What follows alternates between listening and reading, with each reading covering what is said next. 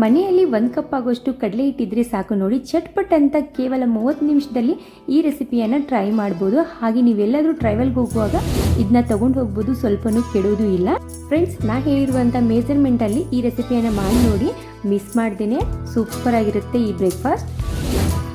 Hi friends, ನನ್ನ ಹೆಸರು ಗೀತಾ, ನನ್ನ ಚಾನಲ್ಗೆ ಸ್ವಾಗತ. ಬನ್ನಿ ತಡ ಮಾಡ್ತೀನಿ, ರೆಸಿಪಿ ಶುರು ಮಾಡಲ್ವಾ? ಮೊದಲಿಗೆ ನಾನಿಲ್ಲಿ 1/4 ಟೀ ಸ್ಪೂನ್ ಆಗುವಷ್ಟು ಇಂಗು, ರುಚಿಗೆ ತಕ್ಕಷ್ಟು ಉಪ್ಪು, 4 ಚಮಚದಷ್ಟು ಸಕ್ಕರೆ, 2 ರಿಂದ 3 ಚಮಚದಷ್ಟು ಲಿಂಬೆ ಹಣ್ಣಿನ ರಸವನ್ನು ಸೇರಿಸ್ಕೊಂಡಿದ್ದೀನಿ. ನಂತರ 1 ಕಪ್ ಆಗುವಷ್ಟು ನೀರನ್ನು ಇಲ್ಲಿ ಸೇರಿಸ್ಕೊಂಡು ಸಕ್ಕರೆ ಕರಗೋ ರೀತಿಯಲ್ಲಿ ನಾವು ಮಿಕ್ಸ್ ಮಾಡ್ಕೋಬೇಕು. ಅದೇ ಕಪ್ನಿಂದ 1 ಕಪ್ ಆಗುವಷ್ಟು ಕಡಲೆ ಹಿಟ್ಟನ್ನು ತಗೋಬೇಕು. ನೀರು ಕಡಲೆ ಹಿಟ್ಟು 2 ಸಮವಾಗಿ ತಗೊಳ್ಳಿ. ಚೆನ್ನಾಗಿ ಇದನ್ನು ನಾವು ಜರಡಿ ಮಾಡ್ಕೋಬೇಕು ಹಿಟ್ಟನ್ನು, ಇದು ಕೂಡ ತುಂಬಾ ಇಂಪಾರ್ಟೆಂಟು.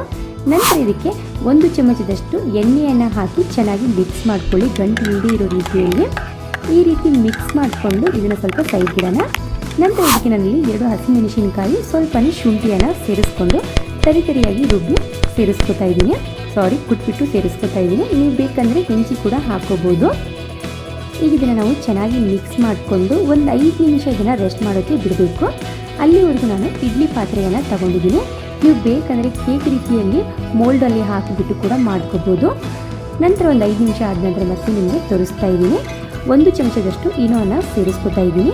ನಾನು 10 ರೂಪೀಸ್ ಪಾಕೆಟ್ ಸಿಗುತ್ತೆ ನೋಡಿ, ಇನೋ ಪಾಕೆಟು, ಅದನ್ನು ಇಲ್ಲಿ ಪೂರ್ತಿ ಹಾಕ್ಕೊಂಡು ಸ್ವಲ್ಪ ಮೇಲ್ಗಡೆ ನೀರನ್ನು ಸೇರಿಸ್ಕೊಂಡು ಚೆನ್ನಾಗಿ ಮಿಕ್ಸ್ ಮಾಡ್ಕೋತಾ ಇದ್ದೀನಿ. 1 ನಿಮಿಷ ಅಥವಾ 2 ನಿಮಿಷ ಮಿಕ್ಸ್ ಮಾಡಿಕೊಂಡ್ರೆ ಸಾಕು, ಜಾಸ್ತಿ ಮಿಕ್ಸ್ ಮಾಡ್ಕೋಬಾರ್ದು. ಇನೋ ಹಾಕಿದ ತಕ್ಷಣವೇ ನಾವು ಬೇಗನೆ ಮಾಡಿಬಿಟ್ಟು ಇದನ್ನು ಇಡ್ಲಿ ಮೋಲ್ಡ್ಗೆ ಸೇರಿಸಬೇಕು. ತುಂಬ ಹೊತ್ತು ಬಿಟ್ಟರೆ ಇದು ಸ್ಪಂಜಿಯಾಗಿ ಬರೋದಿಲ್ಲ, ಕೆಟ್ಟುಬಿಡುತ್ತೆ. ಹಾಗಾಗಿ ಇನೋ ಹಾಕಿದ ತಕ್ಷಣವೇ ಬೇಗನೆ ನಾವು ಇಡ್ಲಿ ಮೋಲ್ಡ್ಗೆ ಹಾಕ್ಕೊಂಡು ಇಡ್ಲಿ ಪಾತ್ರೆಯಲ್ಲಿ ಸೇರಿಸ್ಕೋಬೇಕು. ನಾನಿಲ್ಲಿ 3 ಸಟ್ಟಾಗಿ ಮಾಡ್ತಾ ಇದ್ದೀನಿ, ನೋಡ್ತಾ ಇರ್ಬೋದು. ಈಗ ಇದನ್ನು ಮುಚ್ಚಿಬಿಟ್ಟು ಒಂದು 15 ನಿಮಿಷ ಗ್ಯಾಸನ್ನು ಮೀಡಿಯಮ್ ಫ್ಲೇಮಲ್ಲಿ ಇಟ್ಬಿಟ್ಟು ಬೇಯಿಸಬೇಕಾಗತ್ತೆ. ಅಲ್ಲಿವರೆಗೂ ಸೈಡಲ್ಲಿ ನಾನು ಒಂದು ಬಾಣಲಿಗೆ 1 ಚಮಚದಷ್ಟು ಎಣ್ಣೆ, ಸಾಸಿವೆ, ಜೀರಿಗೆ, ರುಚಿಗೆ ತಕ್ಕಷ್ಟು ಹಸಿಮೆಣಸಿನಕಾಯಿ, ಕರಿಬೇವಿನ ಸೊಪ್ಪನ್ನು ಸೇರಿಸ್ಕೊತಾ ಇದ್ದೀನಿ. ಈಗ ಇದಕ್ಕೆ 1 ಗ್ಲಾಸ್ ಆಗೋಷ್ಟು ನೀರನ್ನು ಇಲ್ಲಿ ಸೇರಿಸ್ಕೊಂಡಿದ್ದೀನಿ.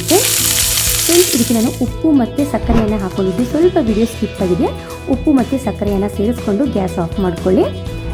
ಫ್ರೆಂಡ್ಸ್, ಇದೊಂದು ಗುಜರಾತಿದು ಫೇಮಸ್ ರೆಸಿಪಿ ಅಂತ ಹೇಳ್ಬೋದು. ಢೋಕ್ಲಾ ಅಂತ ಕೂಡ ಇದಕ್ಕೆ ಕರೀತಾರೆ.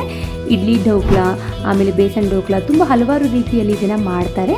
ಸೊ ಈ ರೀತಿ ಒಂದ್ಸತಿ ಟ್ರೈ ಮಾಡಿ ನೋಡಿ, ತುಂಬಾ ಚೆನ್ನಾಗಿ ಅನಿಸುತ್ತೆ. ಈಗ ಇದಕ್ಕೆ ನಾವು ಮಾಡಿಟ್ಟಿರುವಂಥ ನೀರಿನ ಮಿಶ್ರಣವನ್ನು ಇದಕ್ಕೆ ಸೇರಿಸ್ಕೊಂಡು ತಿಂತಾಯಿದ್ರೆ ತುಂಬ ಚೆನ್ನಾಗಿ ಅನಿಸುತ್ತೆ. ಹುಳಿಯಾಗಿ, ಸಿಹಿಯಾಗಿ, ಖಾರವಾಗಿ. ಫ್ರೆಂಡ್ಸ್, ಮಿಸ್ ಮಾಡ್ದೇನೆ ಈ ರೆಸಿಪಿಯನ್ನು ಒಂದ್ಸತಿ ಟ್ರೈ ಮಾಡಿ. ಹಾಗೆ ಈ ವಿಡಿಯೋ ನೋಡೋದಕ್ಕೆ ಥ್ಯಾಂಕ್ ಯು ಸೊ ಮಚ್.